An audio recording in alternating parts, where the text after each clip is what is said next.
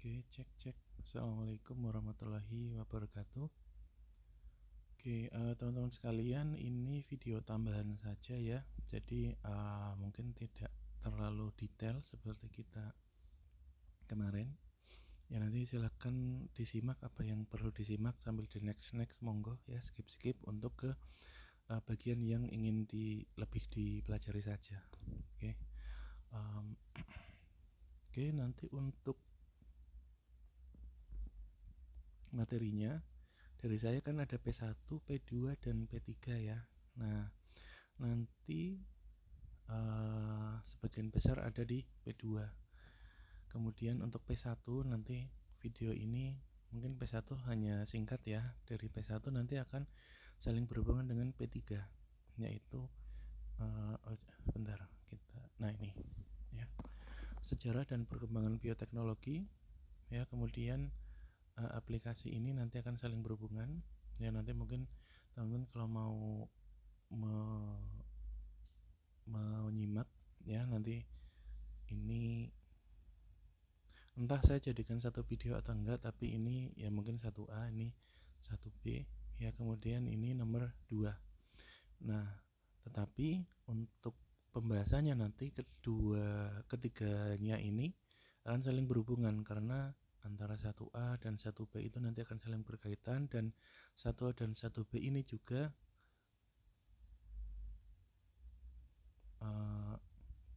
kita juga harus tahu basic yang harus kita pelajari yang ada di P2 ya. Jadi nanti silakan disimak monggo. Mungkin kalau untuk videonya nanti tidak akan terlalu urut, teman-teman bisa simpulkan antara ketiga video ini yang akan saling berkaitan satu sama lain, seperti itu ya, intinya seperti itu. Oke, kemudian ini yang kemarin sudah ya, nggak usah kita bahas. Oke, kita mulai. Oke, baik. Sebelum kita mulai membahas mengenai bioteknologi farmasi, yang mana bioteknologi farmasi itu nanti merupakan bagian dari bioteknologi, tapi yang khusus mempelajari tentang atau sangat erat berkaitannya dengan bioteknologi farmasi, karena bioteknologi itu ada banyak, ada pertanian ya, ada bioteknologi orang-orang biologi, itu cukup berbeda dengan kita, tetapi semuanya itu mirip-mirip pembahasannya, cuma ranah yang beda, tetapi intinya adalah mengenai adanya dua istilah ini dalam kata bioteknologi, yaitu kata bio dan teknologi ya. Bio itu artinya kita katakan hidup atau makhluk hidup, kemudian teknologi itu ya teknologi ya. Jadi bioteknologi itu sebetulnya adalah perpaduan antara teknologi yang memanfaatkan makhluk hidup ya, karena teknologi kan ada banyak, ada teknologi informasi IT, ada teknologi mesin dan sebagainya, kemudian ada teknologi yang memanfaatkan bio, itu makhluk hidup, yang kita sebut dengan bioteknologi. Nah, memanfaatkannya seperti apa? Yang dimanfaatkan itu adalah makhluk hidup, ada bakteri, ada fungi ya, dan lain-lain. Kemudian bisa juga memanfaatkan bagian dari makhluk hidup itu, seperti kita manfaatkan enzimnya, atau kita modifikasi DNA, protein, metabolit sekunder dan sebagainya, yang intinya adalah untuk menghasilkan sesuatu yang bermanfaat khususnya bagi manusia ya. Ataupun yang nomor 2 ini juga pada suatu ketika dia bisa menjadi output, seperti protein dan metabolit sekunder, yang kita tujuannya adalah menghasilkan protein, menghasilkan metabolit sekunder, atau bisa juga kalau nggak jadi output juga jadi yang dimanfaatkan, contohnya gen tertentu kita manfaatkan untuk tujuan tertentu ya. Oke, ini salah 4 contoh dari banyak produk bioteknologi yang bisa kita temukan di keseharian, seperti ada tempe ya, perpaduan antara kedelai dan yeast ya. kemudian ada yogurt, kemudian ada ini fermentasi ya, ini Bu Putri yang ini ngisi ya, pertemuan Bu Putri. Kemudian ada insulin, ini Pak Harwoko.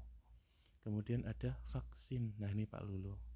Nah ini beliau-beliau yang mungkin nanti akan lebih dalam untuk membahas mengenai bagaimana cara kita membuat produk-produk ini. Tapi produk ini intinya adalah untuk menghasilkannya kita butuh bio atau makhluk hidup untuk membantu kita produksi barang-barang ini kayak gitu ya, nih.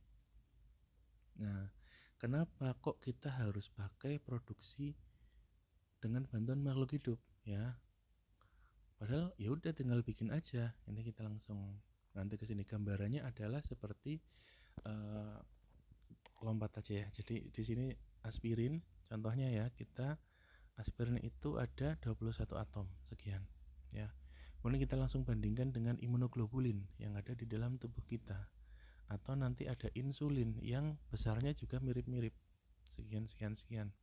Nah perbandingannya adalah 21 atom banding 25.000 atom plus minus. Kalau kita bagi 21 itu sekitar lebih dari 1000 kali ya. Secara besarannya lebih dari 10.000 kalinya dari aspirin ya. IgG itu imunoglobulin ya. Nah sekarang lihat satu titik merah ini, kita lihat di sini satu titik merah yang ada di sini, yang di kanan ya. Nah sekarang kita bandingkan antara keduanya ya. Jadi bayangkan teman-teman lagi bikin sepeda dan juga lagi bikin pesawat, maka ibarat produk bioteknologi itu kita minta bantuan engineer-engineer yang udah terampil, yang mereka udah tersistem dalam suatu pabrik company. Kalau yang ini kita bengkel ya. Kalau bikin sepeda kan nggak perlu banyak teknologi yang kita harus libatkan ya. Mungkin kita ada besi, kemudian ada dan sebagainya yang kita assembly menjadi sepeda seperti ini ya. Tapi kalau bikin pesawat itu kan banyak sekali yang harus kita perhatikan, kayak komponen sini bahannya gimana, kemudian jetnya ini kayak gimana, kelistrikannya bagaimana, kursinya gimana, toilet dan sebagainya ya, kemudian QC, QA dan sebagainya. Nah maka yang seperti ini itu bisa dicapai ketika kita minta bikinkan oleh suatu company yang atau perusahaan yang sudah well established, yang memang sudah betul-betul ahli dalam membuat seperti Boeing dan Airbus ya. Nah gambarannya juga seperti kita membuat aspirin, biasanya kita cukup lakukan dengan sintesis organik. Dengan di lab kita bikin reaksi antara senyawa-senyawa konformasi tertentu, kemudian kita konjugasi atau kita apakan kayak gitu ya. Nah kemudian dihasilkanlah aspirin. Nah walaupun kelihatannya sederhana, tetapi belum tentu prosesnya sesimpel itu di laboratorium ya. Nah ini bidang Pak Salman, beliau yang lebih tahu. Nah apalagi kalau kita bikin insulin yang 1000 kalinya jauh lebih sulit, lebih besar, yang kesulitannya juga kemungkinan jauh lebih besar dari 1000 kalinya, mungkin bisa berribuan-ribuan kali. Oke, jadi gambaran dari produk-produk biologis yang besar ini dibandingkan dengan produk yang kecil tadi itu adalah apa yang sebetulnya akan kita bahas nanti ke depannya ya. Salah satunya seperti itu. Ini salah satu produk biologi, produk ya.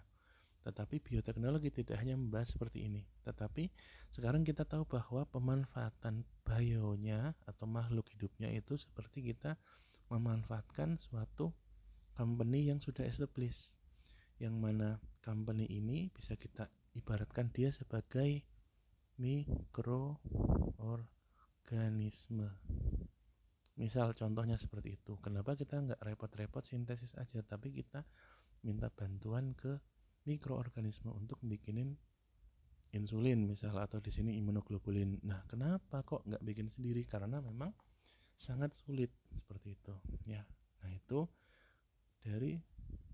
seputar yang bioteknologi ini. Oke.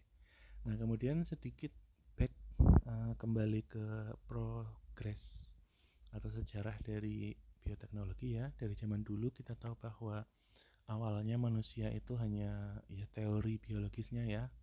Secara ilmu biologi, kita dulunya manusia purba, hidupnya berburu dan berpindah-pindah dan sebagainya, nomaden ya. Kemudian muncullah fase di mana kita memanfaatkan benih untuk menanam tanaman dan sebagainya. Kemudian fase untuk bercocok tanam hingga dan sebagainya. Kemudian terbentuklah peradaban, menyimpan makanan dan lain-lain hingga sampai ke proses di mana kita bisa mereaksikan makhluk hidup di sekitar kita untuk membentuk produk-produk yang lebih bernilai guna, seperti ada bir, ada sake, natto, kecap, yogurt, roti, tempe dan sebagainya, yang mana penggunaan pembuatannya itu memerlukan partisipasi dari makhluk hidup, seperti itu ya. Seperti tempe pakai jamur asparagillus, nama jamurnya apa saya lupa ya, pokoknya jamur tertentu ya, sake, bir dan sebagainya itu menggunakan mikroorganisme, yang mana ketika kita ingin menggunakan atau memanfaatkan mikroorganisme, maka kita juga harus tahu dulu perkembangannya. Pada zaman dulu pertama kalinya ditemukan suatu mikroskop oleh beliau-beliau ini, Robert Hooke dan Anthony van Leeuwenhoek ya. Kemudian setelah itu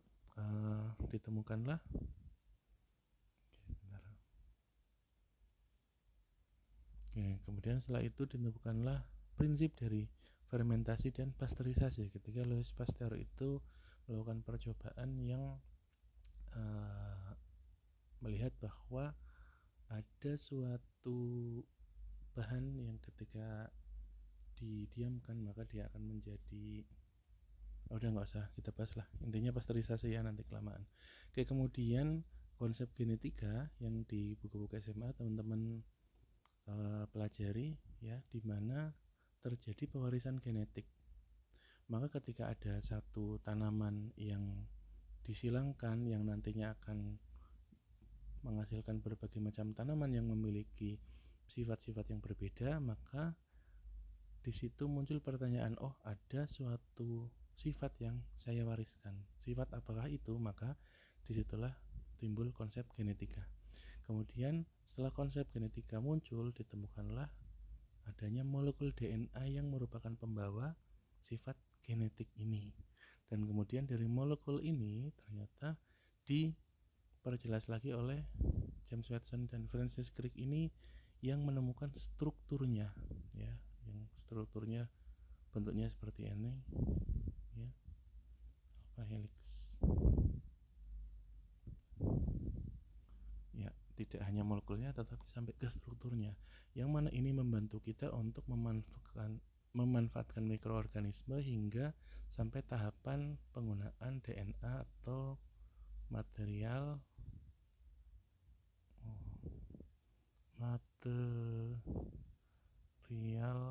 genetiknya ya, seperti ini. Nah, kemudian selanjutnya ya, ini untuk bacaan aja, teman-teman nanti bisa baca sendiri yang ini ya. Jadi sama seperti tadi, penemuan DNA ya, kemudian Human Genome Project launch sampai ke nanti ada CRISPR-Cas9 di tahun-tahun yang baru-baru ini ya, 2013 2017 kita nemu CAR-T sel atau terapi sel kanker menggunakan sel T. Kemudian ada mRNA vaksin yang ini ya, ini sebetulnya masih baru dan nanti akan sudah dijelaskan oleh Pak Lulu ya di bagian vaksin ini. Itu baru 2020 kemarin, baru innya ya. Nah, oke. Ya, kita masuk ke pembahasan. Jadi apa sebetulnya yang akan kita pelajari? Yang kita pelajari kemarin sudah kita bahas, yaitu mengenai bioteknologi ini kita membutuhkan matematika, fisika, kimia, dan biologi. Kemudian ilmu dasar dari bioteknologi ini ada biomol, biochem, mikrobiologi, dan imunologi secara umum. Ya, kemudian dari sini kita nanti akan membahas sedikit tentang konsep dasar makhluk hidup, sel, protein, dan informasi genetik dan lain-lain pada P2. Jadi nanti teman-teman bisa nyimak juga P2 dulu mungkin. Kemudian selanjutnya ada aplikasi bioteknologi yang sekarang kita akan bahas ya, yaitu apa saja yang akan teman-teman pelajari nanti. Kemudian nanti ada DNA rekombinan, ini Pak Lulu ya. Kemudian nanti akan ada berbagai macam biotek yang kita bahas seperti fermentasi, endofit, metagenomic, vaksin, hibridoma ya, biosimilar, kemudian purifikasi protein, transgenik, produksi insulin dan hormon, dan terapi gen. Oke. Ya, ini kita lanjutkan. Oke, ini kita tidak usah bahas, ini kita bahas di yang P2 ya. Oke, yang akan teman-teman pelajari nanti salah satunya adalah DNA rekombinan. Oke, kita mulai ke materi. Untuk yang sudah paham monggo di skip, kalau yang pengen menyimak silahkan disimak ya. Nah, rekombinan DNA ini maksudnya itu sesederhana kita punya DNA yang merupakan hasil rekombinasi.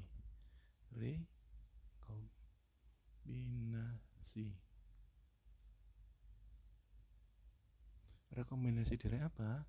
Dari sesuatu DNA yang di sini kita biasanya ambil dari organisme prokariot yang bentuknya di situ nanti ada plasmid.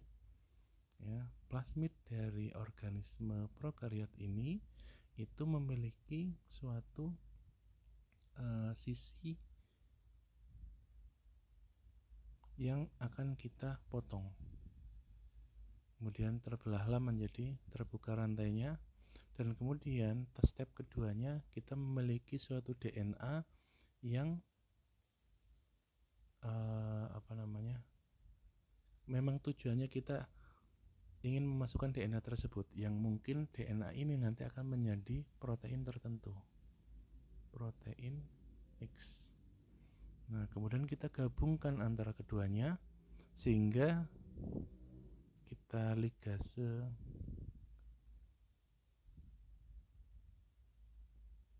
bagian sisi-sisinya sehingga nanti akan terbentuklah satu plasmid baru yang merupakan kombinasi antara plasmid yang kita buka tadi dengan DNA of interest atau DNA yang kita telah buat sendiri atau kita modifikasi di awal. Kemudian kita sisipkan sehingga kita sebut dia dengan DNA rekombinan. DNA rekombinan ini akan membawa sifat yang baru, di mana sifat yang lama yaitu yang ini, yang bawah. Kemudian sifat yang baru adalah yang DNA of interest ini ya, new DNA, gini aja lah ya. Nah, kemudian dari DNA ini yang sudah memiliki sifat baru ini kita masukkan lagi ke dalam suatu biasanya bakteri ya, suatu host. Kemudian bakteri ini nantinya juga akan memperbanyak diri.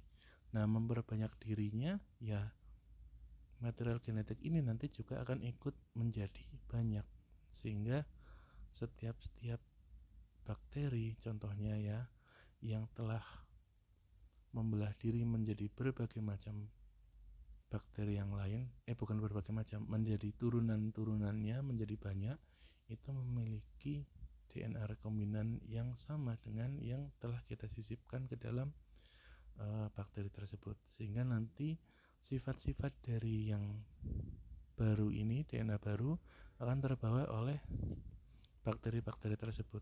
Kalau sifat yang baru ini adalah gen yang menjadi insulin, maka nanti bakteri tersebut akan bisa memproduksi insulin, dan semua turunannya itu nanti akan memiliki kemampuan untuk memproduksi insulin, contohnya seperti itu ya. Ini adalah salah satu contohnya tadi ya, yang kita punya suatu gen insulin yang kita ambil dari sel manusia, kemudian kita punya plasmid, kemudian kita rekombinasi keduanya, yang mana sisi ini akan memproduksi insulin ya. Jadi kita rekombinasi, kemudian kita masukkan ke dalam bakteri lagi, kita kultur, kemudian nanti hasilnya akan kita ekstraksi.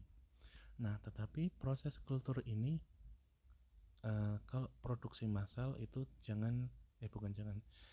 akan ada dua macam.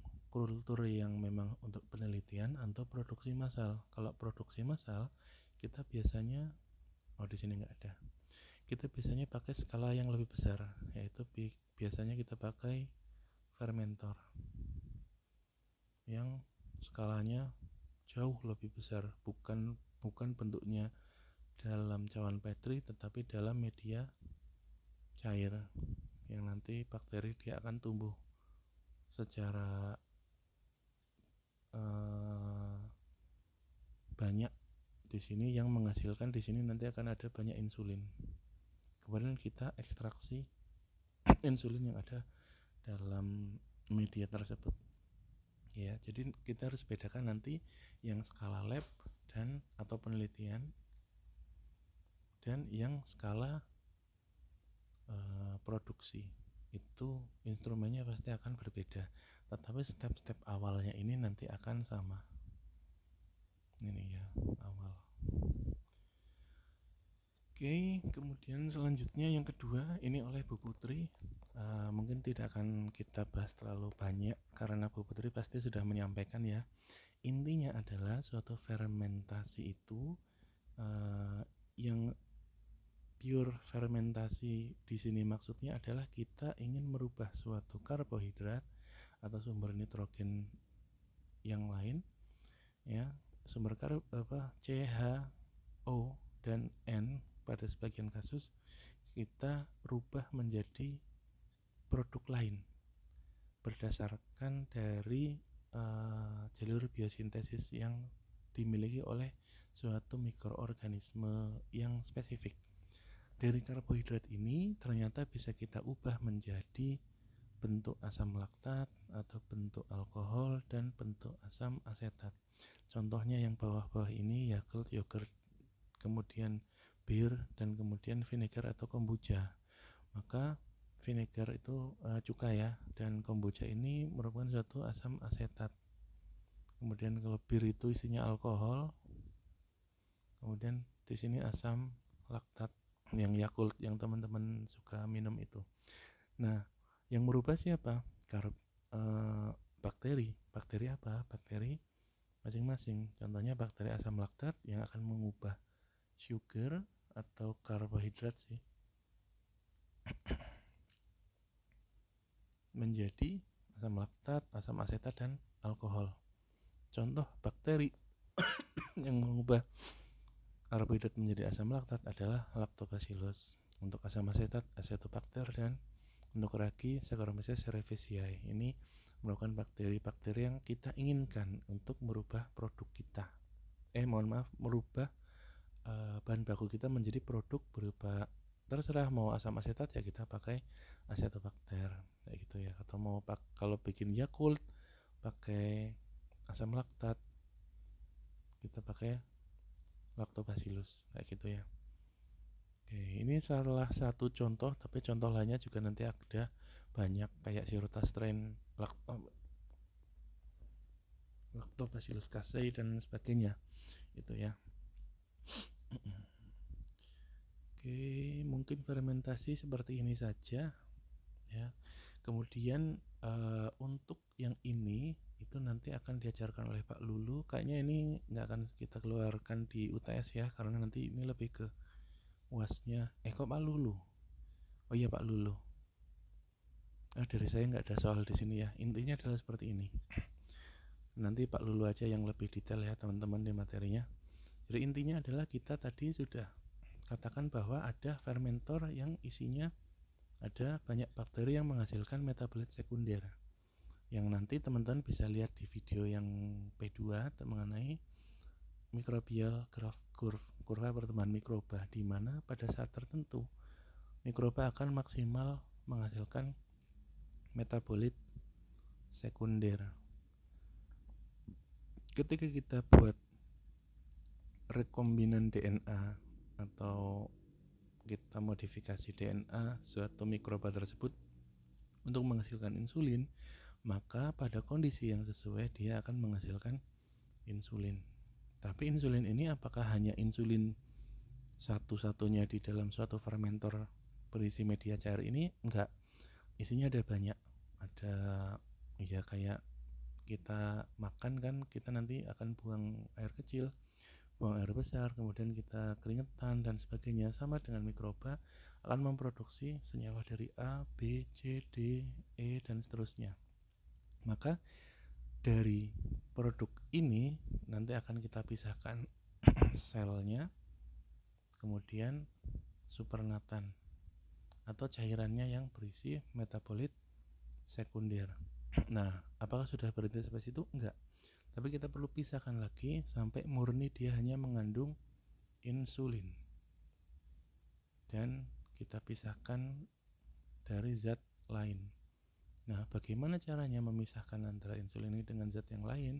Maka kita gunakan salah satu caranya, paling gampangnya dan paling umum adalah menggunakan metode kromatografi.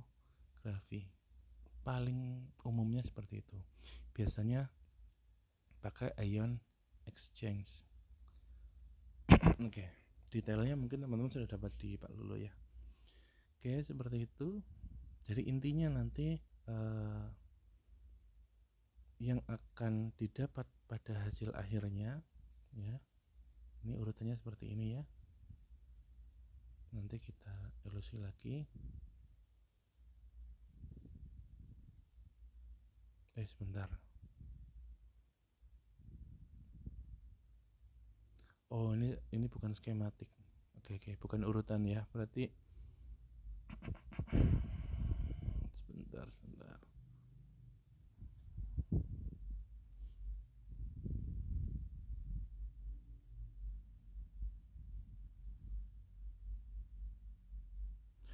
Bentar, saya malah oh iya ya, target protein non spesifik protein. Kita punya campuran di mana di situ ada campuran antara target protein yang berwarna ini apa tuh oranye dan hijau yang dia protein yang lain. Nah, kromatografi di sini ya.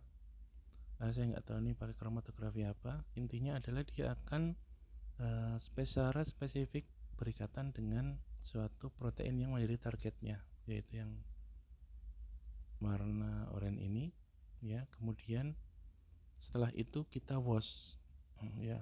Dengan wash ini maka akan menghilangkan protein-protein yang dia tidak berikatan dengan fase diam ya. Kita wash pakai fase gerak tertentu yang akan mencuci. Kemudian yang tertinggal di sini hanyalah yang protein berikatan dengan fase diamnya ya. Kemudian ini nanti akan tidak kita pakai. Kemudian kita lanjutkan lagi wash yang kedua, tetapi dengan fase gerak yang berbeda yang nantinya akan mengambil si protein yang nempel di resin ini. Kemudian nanti dia akan keambil ini yang oranye ini ya. Kemudian protein ini yang salah satu contohnya misal dia adalah insulin, maka akan terambil dari fase diam tadi. Jadi kita pisahkan dulu dengan pengotornya. Yang pertama wash, kemudian yang kedua kita ilusi menggunakan fase gerak yang sesuai, yang nantinya lebih kuat untuk melarutkan atau interaksinya dengan protein yang kita kehendaki, sehingga fase diam ini yang tadinya berikatan dengan protein target akan melepaskan protein yang tadi diikatnya, yang interaksinya lebih kuat. Oke, mungkin gambarnya seperti itu. Nanti detailnya Pak Lulu yang ini yang lebih tahu. Oke ya. Kemudian untuk yang vaksin ya, vaksin ini nanti vaksin juga sama Pak Lulu kan ya, basic vaksin. Perlu kita kasih enggak ya? Oke, nggak usah lah. Vaksin ini intinya adalah sesuatu yang fungsinya adalah untuk train our adaptive immunity, atau mentraining atau melatih sistem kekebalan tubuh kita yang khususnya adalah kekebalan adaptif. Nah, penggunaan vaksin atau tipe-tipe vaksin itu ada berbagai macam. Ada yang diambil dari organisme asli, kemudian dilemahkan atau dimatikan, atau bagian dari organisme tersebut, seperti itu. Atau protein yang dihasilkan atau mRNA-nya, ya seperti itu. Nah, ini yang akan dibahas oleh teman-teman dengan Pak Lulu itu nanti akan membahas bagaimana cara kita produksi vaksin mRNA, karena vaksin itu nanti ada banyak macamnya. Mungkin nanti yang ini aja di P2 ya. P2 kan nanti ada lagi materi tentang vaksin. Kita akan lebih detail di P2 atau P3 ya.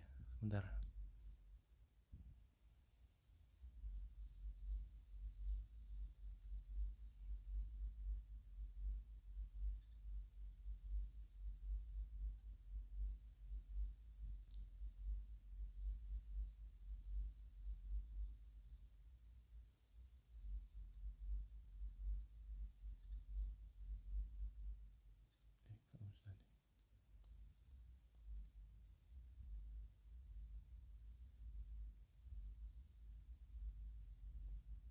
Oh, P3. Oke, nanti kita ke ini aja ya, ke P3 aja. Kita masuk ke mana tadi ya? Oh, ini.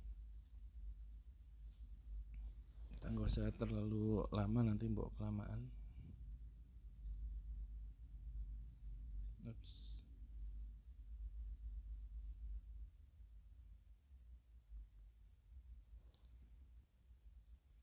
Oke, kita lanjut di vaksin. Oke, nah ini yang saya maksud dengan fermentor tadi, yang dimana ketika kita hanya di skala lab, kita cukup tumbuhkan di petri dish, ya kita kultur saja, kemudian kita ekstrak insulinnya. Tetapi kalau untuk skala besar, maka kita menggunakan suatu fermentor yang sudah skala lab, ya ketika kita ingin memproduksi suatu insulin. Nah, oke ya, skematiknya ini teman-teman sudah tahu, nggak usah kita jelaskan lagi ya. Oke, dan kemudian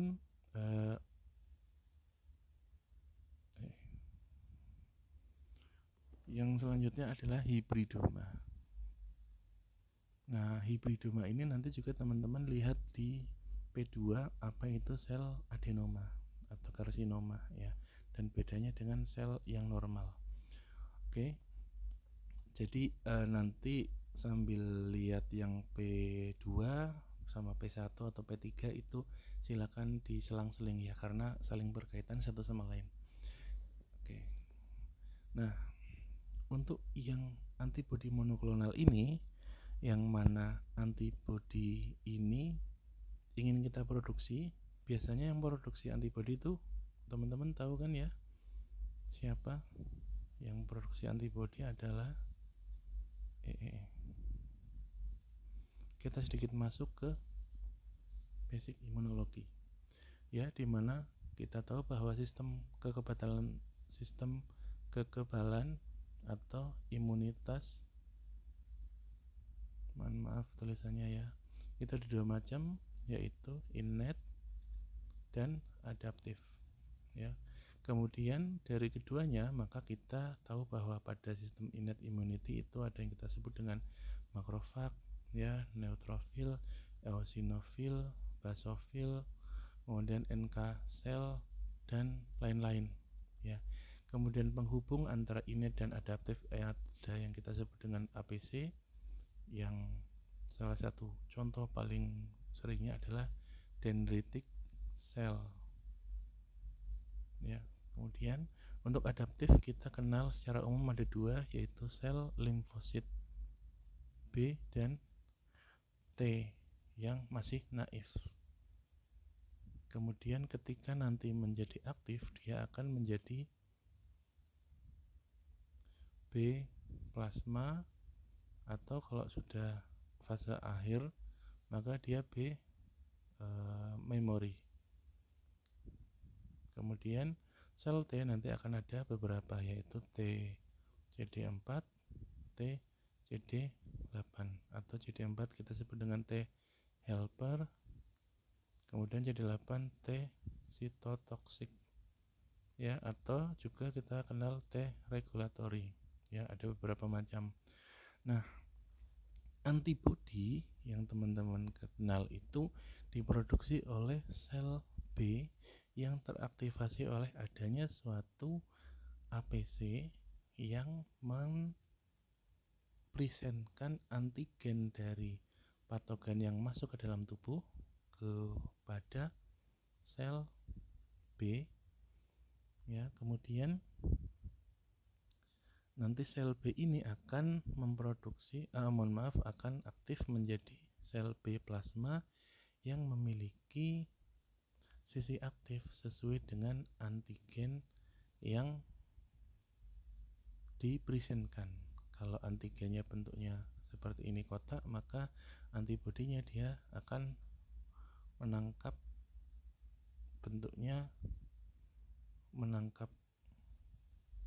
antigen yang berbentuk kotak dan sebagainya, gambarannya seperti itu. Nah, kemudian selain itu juga nanti akan ada T helper ini yang akan membantu lebih besar lagi perannya untuk mengaktifasi sel B plasma secara lebih lanjut ketika intinya adalah sel T helper ini yang lebih berperan lagi dalam merangsang sel B plasma untuk memproduksi antibodi. Nah, antibodi ini yang diproduksi oleh sel B plasma ini, konsep inilah yang akan kita pakai dan kemudian kita gabungkan dengan suatu sel lain dengan memadukan kedua sifat dari sel tersebut. Error. Nah, yang ini ya.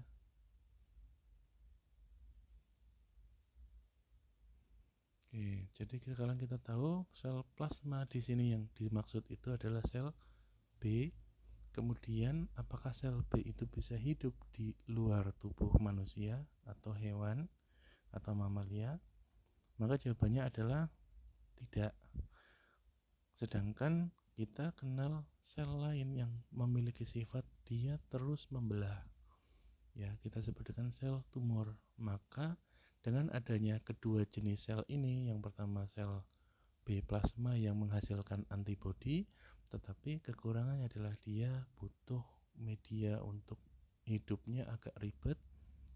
Dan yang kedua kita kenal dengan sel tumor yang walaupun pada kondisi yang minim nutrisi dan sebagainya, dia tetap bisa tumbuh. Maka kita ingin menggabungkan antara sel yang pertama dan sel yang kedua menjadi suatu sel hybrid antara sel plasma dengan sel adenoma atau karsinoma yang kita sebut dengan hibridoma. Sel hibridoma yang mana sel ini memiliki karakteristik mampu membelah dengan cepat dan banyak, tetapi juga menghasilkan antibodi, sehingga kita nanti akan panen antibodi dari sel hibridoma ini yang menghasilkan antibodi tadi. Oke, gambarannya seperti itu. Kemudian untuk yang ini endofit, ya. Ini kita nggak usah. Yang ini kayaknya saya salah masukin gambar. Kita fokus di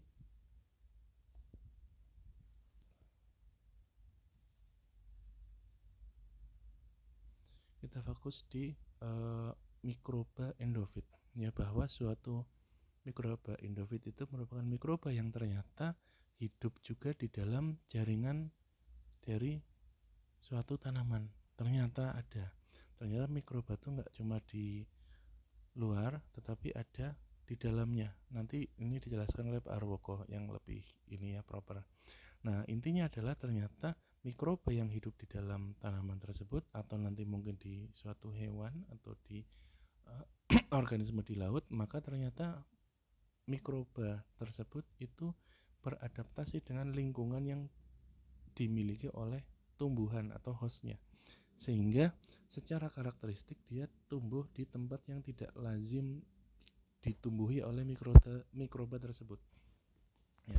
Dan biasanya ketika mikroba endofit ini kita ambil kemudian kita fermentasi sehingga dia menghasilkan beberapa macam metabolit sekunder, ternyata kita bisa menemukan senyawa-senyawa yang cukup baru.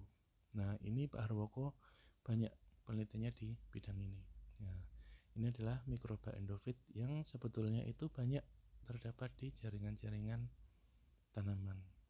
Ya, nanti teman-teman yang tertarik silakan penelitian endofit ya. Ini Pak Harwoko fokus di endofit.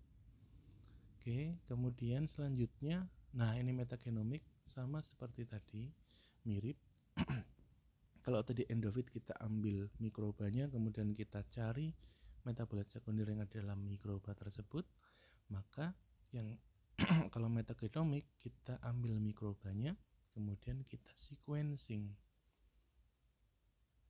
dari genom mikroba tersebut, sehingga kita nanti akan dapatkan, kita ambil mikroba dari perkotaan, pegunungan, lautan dan sebagainya, kita ambil data sequence DNA-nya, kita WGS atau whole genome sequencing, kita cari kayak tadi Human Genome Project ya, itu kita ambil seluruh urutan dari genom mikroba tersebut, kemudian kita masukkan dalam suatu library atau perpustakaan genetik yang isinya tuh ada mikroba A, B, C dan seterusnya yang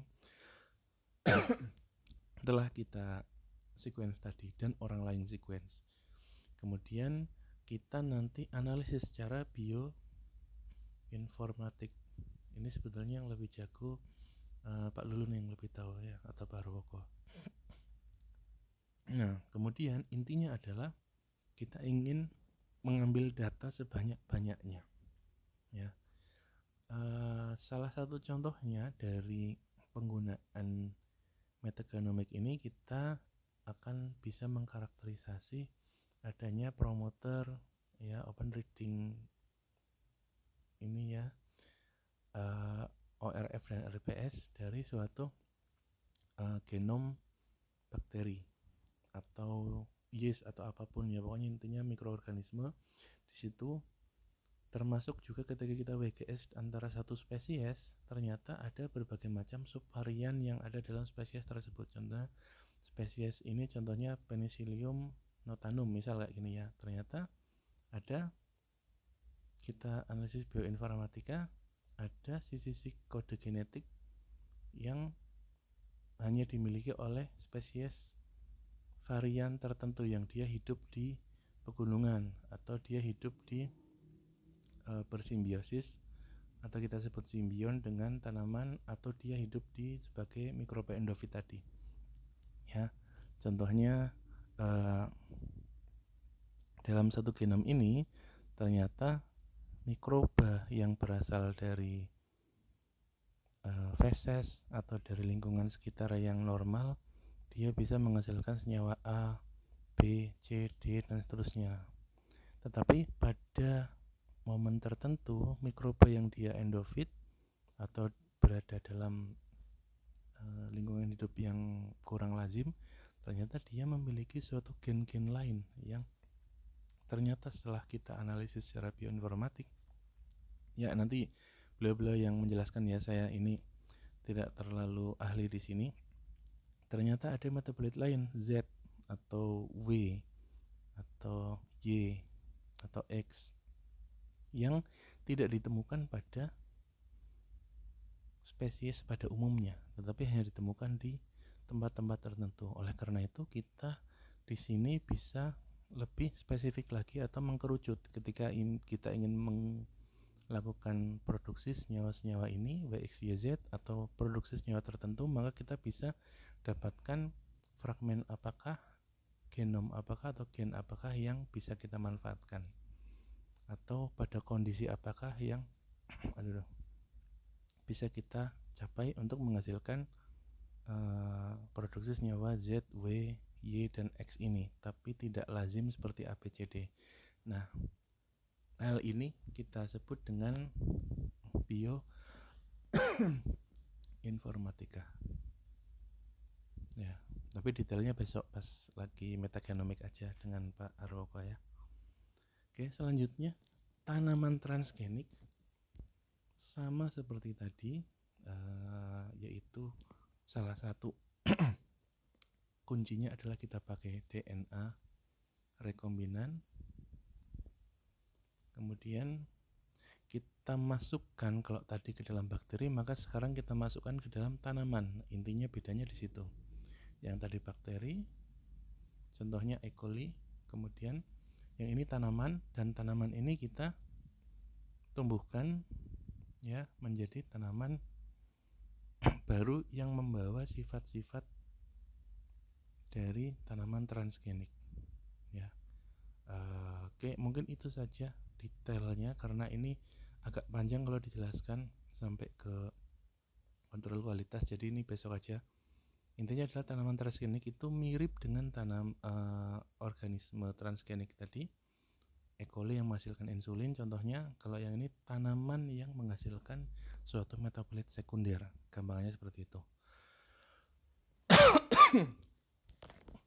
Kemudian untuk terapi gen ya, di sini belum saya kasih terapi gen ya. Jadi teman-teman tahu bahwa kalau teman-teman sudah nyimak P2, maka tubuh kita itu sebetulnya merupakan suatu organisme yang terdiri atas suatu susunan sistem organ yang ketika kita pecah lagi menjadi terkecil adalah sel, yang setiap sel itu memiliki genom atau DNA di dalamnya. Nah, di dalam DNA tersebut itu terkode berbagai macam gen-gen yang menyandi berbagai macam protein yang menjadi yang berfungsi untuk fisiologi tubuh kita. Fungsinya untuk A, B, C, untuk kesehatan mata, atau untuk kesehatan tubuh kita, otot dan sebagainya, atau untuk pergerakan. Nah, pada terapi gen kita ingin melakukan terapi tidak pada jalur metabolisme tubuh kita atau tidak pada reseptornya, tetapi kita langsung masuk ke dalam gen yang ada dalam tubuh kita. Nah, gen itu bisa kita blok ketika suatu gen yang ternyata bermutasi menghasilkan sesuatu yang tidak baik, maka kita bisa hilangkan atau represi atau inhibisi gen tersebut. Atau yang kedua, kita bisa memasukkan gen yang tadinya tidak ada. Misalkan seseorang yang tidak memiliki gen penyandi insulin, misalkan ini misal aja ya, dia tidak bisa memproduksi insulin, maka kita masukkan saja gen yang menjadi insulin ke dalam sel tubuh dia, sel pankreas, sehingga pada akhirnya sel pankreasnya akan kembali berfungsi normal dan memproduksi insulin. Ini cuma contoh aja, tapi biasanya bukan ini ya. Nah, gambarnya adalah seperti itu. Kita bisa inhibisi gen-gen yang ternyata setelah termutasi malah merusak tubuh kita. Atau yang kedua adalah kita masukkan gen-gen ke dalam sel tubuh kita yang memproduksi protein-protein yang berfungsi untuk fungsi normal tubuh kita. Inhibisi dan augmentasi. Yang ketiga adalah editing, yaitu genomnya sudah ada tetapi dia bermutasi sama seperti yang kiri ini. Misalkan yang ini bisa jadi menimbulkan efek negatif, atau bisa jadi dia ya nggak apa-apa tetapi menjadi tidak berfungsi. Oleh karena itu kita bisa edit gennya sehingga menjadi gen yang berfungsi dengan normal kembali, layaknya gen asal muasal yang harusnya gen ini berfungsi. Sebentar. Nah, kita edit bagian-bagian tertentu dari gen tadi yang berfungsi untuk satu gen ini mengkode protein tertentu, protein X. Ya, jadi satu inhibisi, dua augmentasi, yang ketiga adalah kita edit. Biasanya kalau edit ini pakai CRISPR Cas9.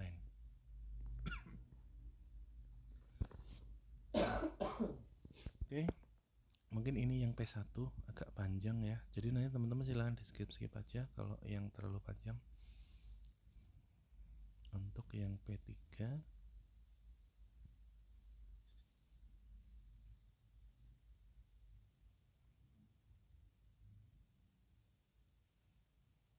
ya, P3 kita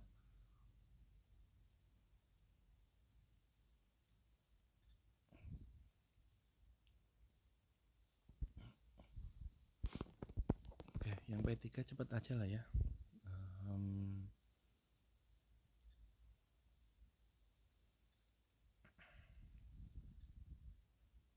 Karena nanti basic-basicnya juga teman-teman akan dapatkan pas P2 juga. Oke, ini pemanfaatannya kemarin sudah kita bahas. Yang pertama, bioremediasi, artinya kita memiliki suatu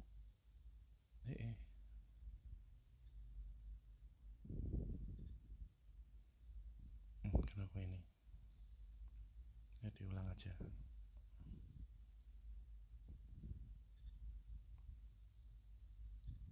Bioremediasi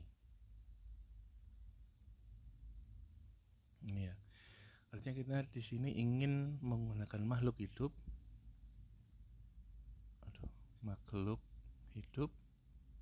untuk mencegah atau mengurangi atau menghilangkan berbagai macam polutan yang ada di alam kita. Oke. Nah, bioremediasi ini yang paling terkenal itu adalah bagaimana suatu organisme, kita sebut dengan di sini contohnya ya, Pseudomonas, bisa mengkatalisis pemecahan dari molekul-molekul minyak ya, kemudian menjadi semakin kecil droplet-droplet sehingga pada akhirnya terdegradasi menjadi air dan karbon dioksida. Nah, kalau tragedi kapal tanker ini juga pernah, memang saya lupa dulu di mana, tapi pernah kejadian kapal tanker ini yang berisi muatan minyak bumi atau minyak crude atau minyak mentah ya, jatuh bocor sehingga minyaknya tumpah ke lautan. Kalau kita membersihkan kan susah ya, berbagai macam biayanya luar biasa. Maka kita bisa lakukan penebaran Pseudomonas ini untuk mendegradasi ini molekul-molekul minyak tadi menjadi CO2 dan H2O. Yang mana ini air, ini karbon dioksida yang kiri, jadi aman ya. Oke, kita cepat yang ini. Ya, ini sama ya seperti yang tadi. Kemudian plastic eating bacteria, intinya adalah kita menggunakan suatu bakteri yang merubah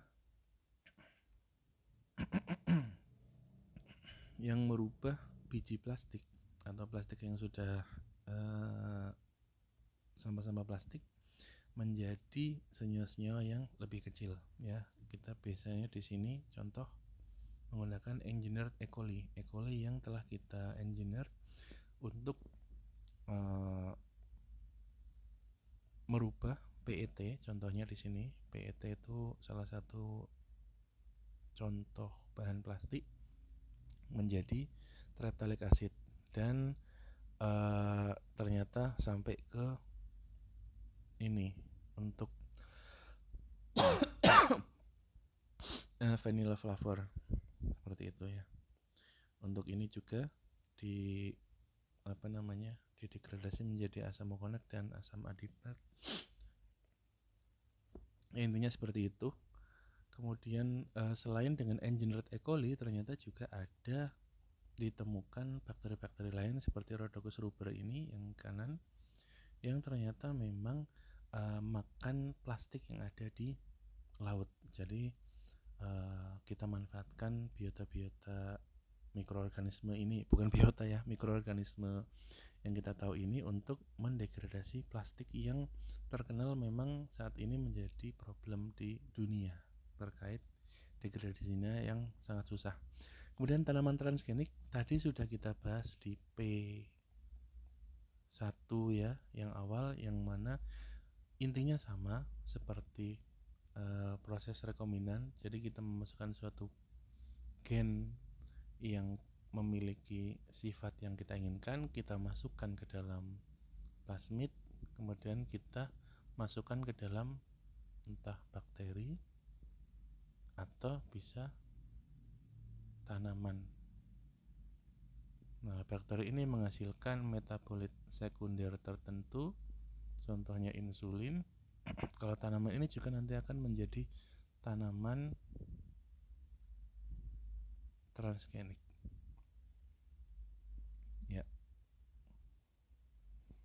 Ini karena warnanya sama jadi agak susah ya. Ini DNA plasmid lah ya. Ini bakteri, ini tanaman. Oke, salah satu contohnya ini kemarin sudah kita bahas, yaitu adalah soybean atau kedelai yang dia tahan terhadap insektisida jenis Roundup ya, yang mana kita modifikasi suatu gen CP4ISP sintase ini ya, kita masukkan ke dalam soybean ini, yang mana ketika soybean ini mengandung gen tersebut maka dia resisten terhadap glifosat, yaitu suatu senyawa kimia yang terdapat dalam Roundup ini ya. Jadi selain hamanya mati, tanamannya tidak mati, seperti itu. Kemudian yang kedua, kita melakukan suatu modifikasi pada RNase 3 pada sweet potato atau ubi jalar ya. Oke, maaf teman-teman, saya tak minum dulu bentar ya.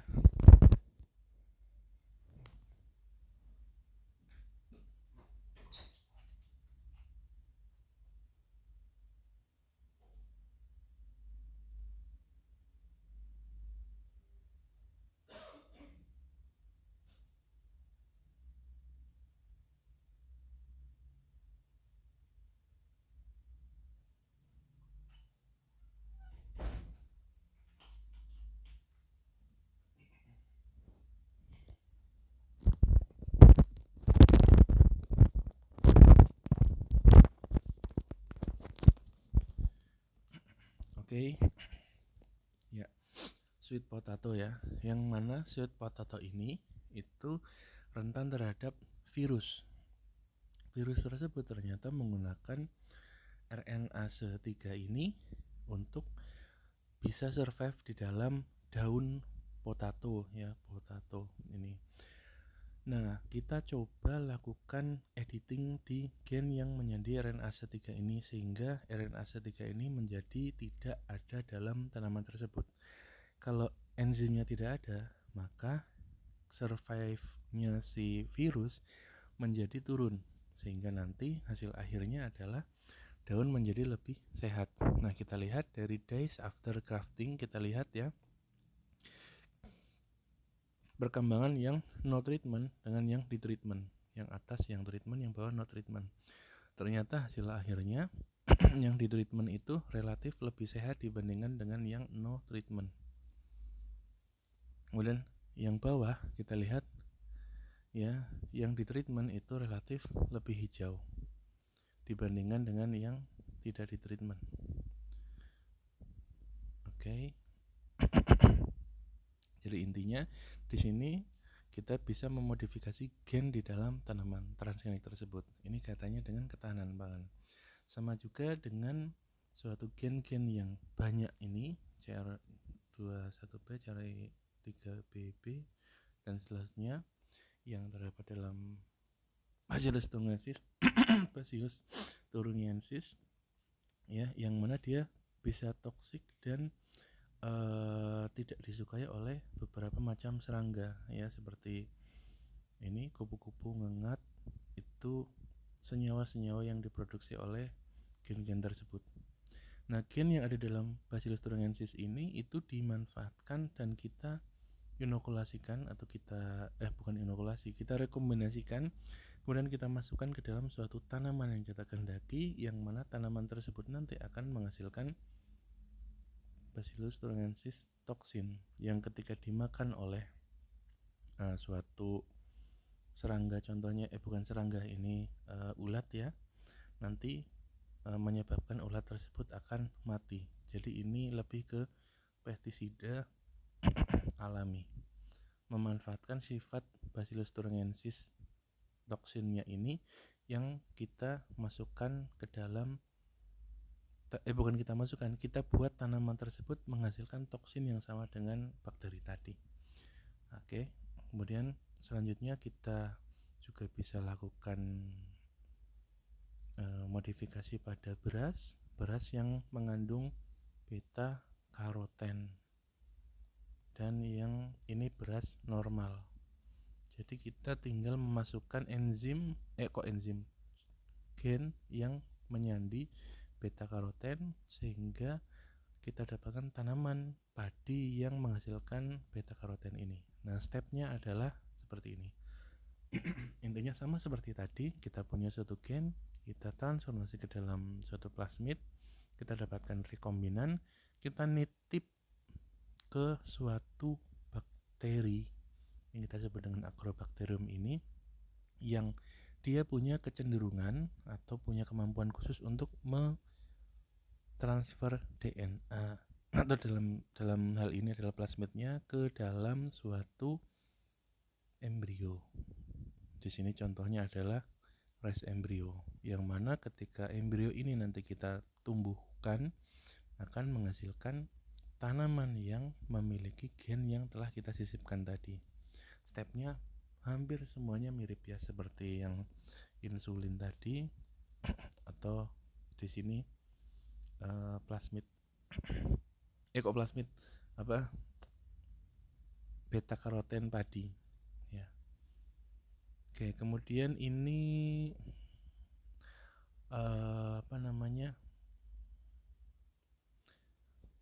jalur biosintesis. Contohnya adalah pada jalur biosintesis Placitaxel. Gambarnya adalah seperti ini. Suatu tanaman atau mikroorganisme apapun itu bisa memproduksi metabolit sekunder, baik organisme prokariot maupun organisme eukariot.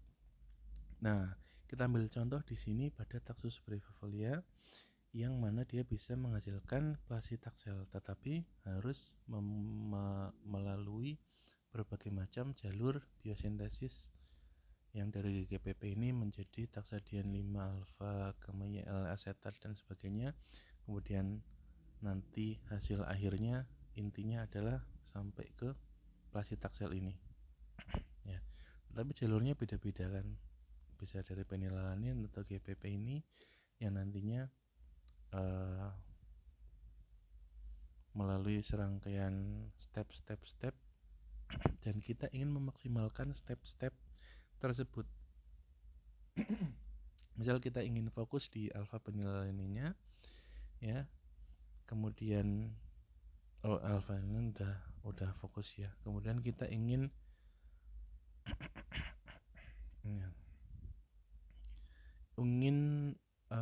dari taxadian 5 alfa ol ini menjadi taxadian 5 alfa 13 adiol, kemudian langsung ke 2 dibenzol taksan ini, maka kita perlu hilangkan enzim-enzim TAT, T10 beta A dan T14 beta H, sehingga arah jalur biosintesisnya nanti akan fokus menuju ke 2 dibenzoil taksan yang mana tidak terlalu banyak proses hasil samping yang dihasilkan.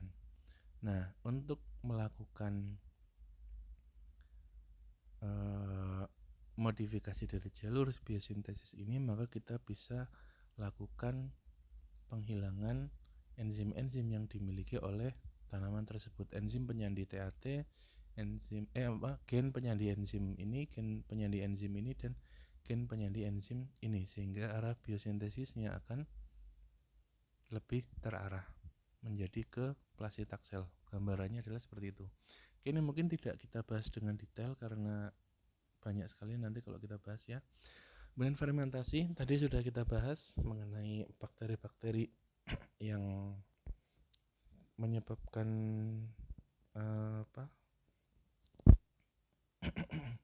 mengkonversi karbohidrat menjadi entah alkohol atau asam laktat dan sebagainya. Nah, kita lihat di sini sekarang konsep fermentasinya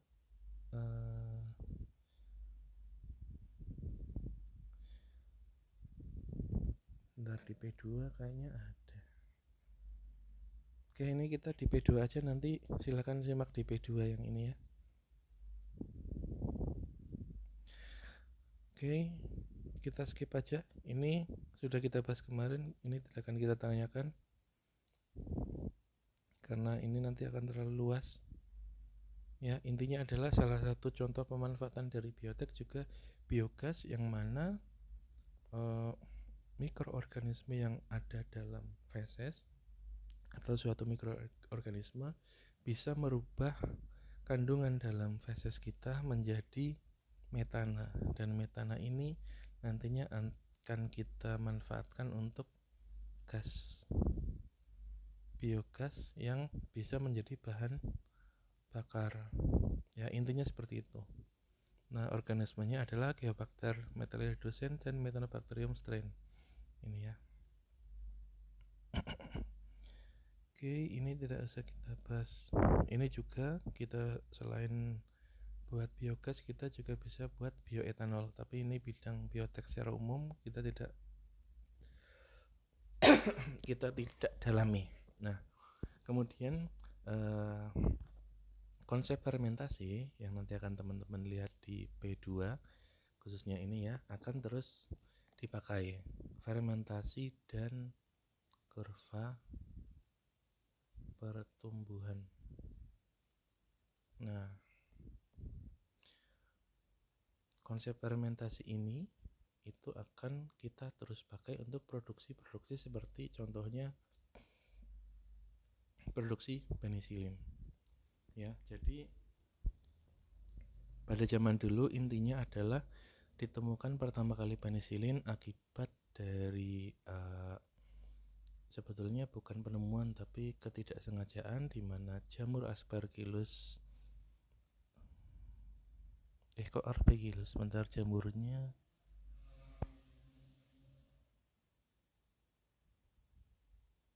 Penicillium ya, itu setelah ditumbuhkan dengan beberapa bakteri, ternyata dia menghasilkan zona hambat yang melindungi dirinya dari bakteri tersebut. Oleh karena itu, setelah diketahui dan dikarakterisasi, ternyata ada senyawa yang kita sebut dengan penisilin, yang mana dia berfungsi sebagai antibiotik. Nah, pada zaman dahulu ya, pada saat pertama kali pembuatan penisilin itu bentuknya seperti ini masih. Jadi kita punya moldnya, penicilliumnya, kemudian fermentornya bentuknya masih seperti ini, masih sederhana. Jadi teman-teman tahu proses pembuatan penisilin, yang penisilin ini merupakan metabolit sekunder ya, itu menggunakan konsep fermentasi. Di sini adalah fermentor sederhananya, teman-teman bisa lihat ini ya, fermentor yang kecil-kecil ini. Di sini terjadi fermentasi.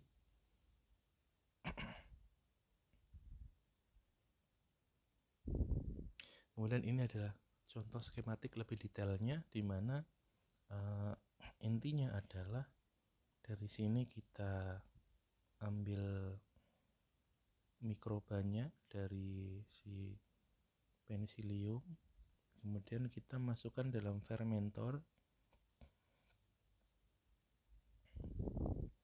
dan selanjutnya nanti kita isolasi. Nah, untuk menghasilkan penisilin, maka kita perlu lihat fase pertumbuhan mikroba dari penicillium. Ya, kita tahu bahwa di P2 ada yang kita sebut dengan fase log, fase stasioner, dan fase degradasi atau dead. Maka yang kita tahu bahwa kita ambil paling banyak metabolit sekunder berada pada fase stasioner. Maka disinilah akan kita ambil dan waktu inilah yang akan kita panen. Harapannya fermentor kita mengandung kadar penicillium yang maksimal, seperti itu ya. Nah, ini adalah contohnya ketika kita melakukan suatu fermentasi. Di sini ada glukos dan sebagainya, nitrogen, dan laktosa. Kemudian penisilin ini akan dihasilkan pada hari ke berapa kita nggak tahu. Ternyata setelah penelitian maka pada hari ke 100, 120, bahkan paling tinggi 140.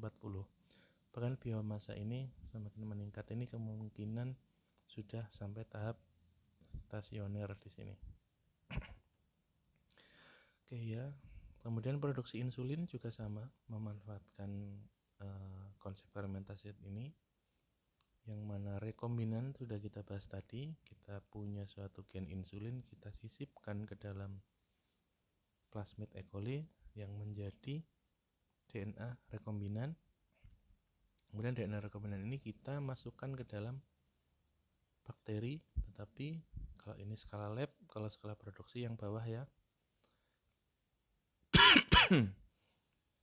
Oke, sehingga kita lakukan suatu proses fermentasi lagi.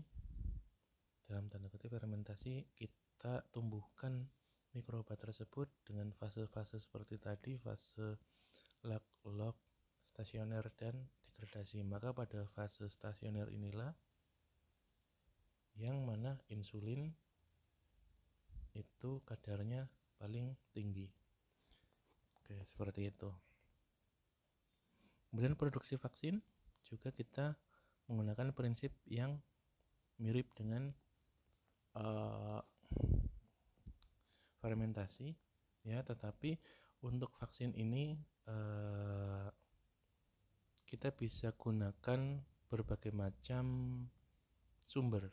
Yang pertama, whole virus yang dilemahkan, biasanya dilemahkan ya. Kemudian atau bagian yang bersifat imunogenik yang akan memicu respon imun. Kemudian hanya material genetiknya saja. Oke, entah yang mana yang kita inginkan, maka kita nanti akan melakukan suatu produksi vaksin tergantung apa yang kita gunakan. Nah, ketika kita menggunakan suatu protein,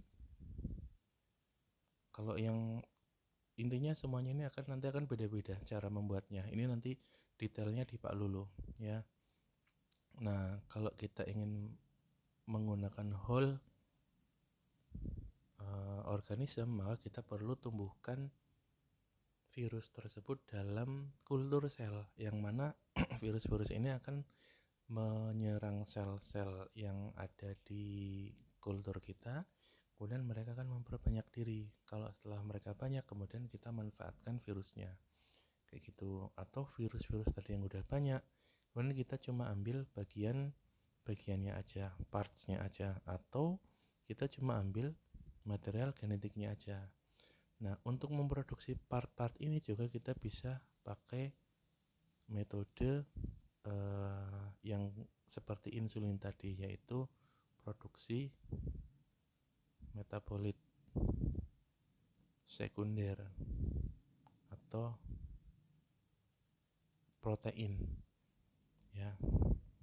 Nah, caranya gimana? Caranya adalah ketika kita lakukan contohnya coronavirus ya, kita karakterisasi bahwa dalam satu tubuh coronavirus kan ada banyak, ada bagian protein membran yang ini ya, kemudian envelop protein itu yang ini kecil-kecil, kemudian ada yang nukleokapsid dan kemudian ada spike protein.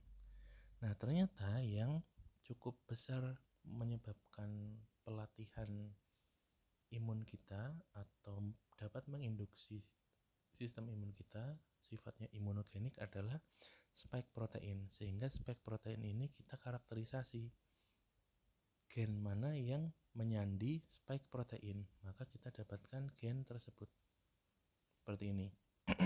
Nah, kemudian gen ini sama seperti tadi, kita lihat tadi kan sequence virusnya kita dapat, maka kita taruh gen tersebut ke dalam plasmid yang kita inginkan. Contohnya di sini. Kemudian plasmid ini kita masukkan ke dalam sel yang nantinya akan menghasilkan protein-protein yang di sini ada spike protein yang kita inginkan. Kemudian tinggal kita purifikasi sehingga kita dapatkanlah spike protein yang kita inginkan ya, seperti itu. Tapi kapan waktu yang tepat untuk kita memanen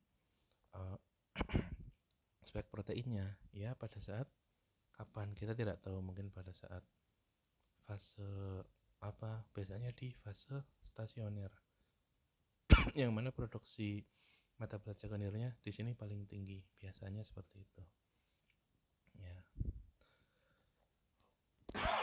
Kemudian selanjutnya untuk yang terapi gen ya, terapi gen tadi sudah kita bahas bahwa kita bisa ini suatu gen ya, maka kita bisa lakukan inhibisi atau silent, atau yang kedua kita bisa lakukan induksi atau augmentasi, kita tingkatkan suatu gennya, atau kita bisa editing. Bisa 3 macam ini ya. Kalau gen tersebut kurang bagus maka kita lakukan silencing. Kalau gen tersebut kurang diekspresikan dengan banyak, kita lakukan peningkatan. Atau kalau belum ada gen tersebut maka kita tambahkan menjadi sehingga dia teraugmentasi, atau kita edit genom tersebut sehingga menghasilkan gen yang sehat. Oke, nah pada saat terapi gen ini tergantung dari kondisi di mana tubuh itu memerlukan terapi yang seperti apa. Contohnya kemarin yang kita bahas adalah pada Leber congenital amaurosis. Ya, mohon maaf teman-teman, saya tenggorokannya gatal banget, jadi mungkin mohon maaf kalau terganggu sama batuknya ya. Ya, LCI ini adalah penyakit bawaan, intinya adalah buta warna ya, yang disebabkan oleh mutasi pada gen RGI65 ya, kemarin seperti itu. Nah, kemudian ada suatu produk yang kita sebut dengan Luxturna ini yang contains normal copies of RPE65 gen ini ya.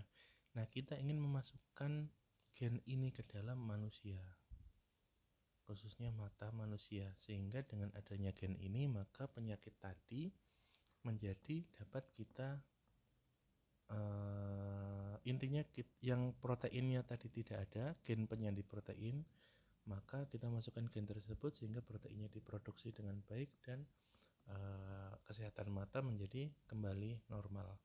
Nah, kita masukkanlah gen RPE65 ini ke dalam mata manusia.